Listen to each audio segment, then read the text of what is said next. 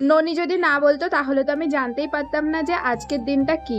ছোটবেলায় আমরা তো এইসব দিনগুলো সম্বন্ধে জানতামই না, এখন বড় হওয়ার পরেও খুব একটা জানি না। ছেলে মেয়ে এসে যখন গল্প করে তখনই জানতে পারি দিনগুলো সম্বন্ধে। যাই হোক, আমি চলে গিয়েছিলাম সুমোস দেবে চাল তোলার জন্য।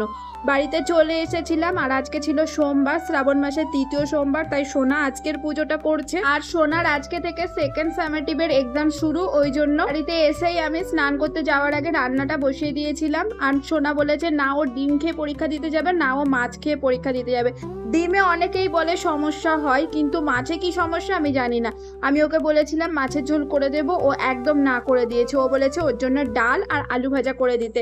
সেই জন্য আজকে আমি ঝিঙে, পেঁপে আর গাজর দিয়ে মুগ মুসুরির ডাল একসাথে মিশিয়ে ওকে রান্না করে দিয়েছিলাম। আর করে দিয়েছিলাম আলু ভাজা, যেটাকে আমার ননি বলে ফ্রেঞ্চ ফ্রাই। এই আলু ভাজাটাকে যে ফ্রেঞ্চ ফ্রাই বলে সেটা তো আমি ননির থেকেই প্রথম জেনেছিলাম। এরপরে সকালে জলখাবারটা খেয়ে নিলাম। আজকে চাউমিন বানিয়ে দিয়েছিলাম ননিকে টিফিনে, সেটাই আমি জলখাবারে খেয়ে নিলাম। আর এদিকে আমার আলু ভাজাটাও হয়ে গেছে। আলু ভেজে আমি সোনাকে ভাতটাও বেড়ে দিলাম। এরপর চলে গিয়েছিলাম ননিকে আনতে, আর ননিকে আনতে গিয়ে জানতে পারলাম আজকে নাকি ফ্রেন্ডশিপ ডে।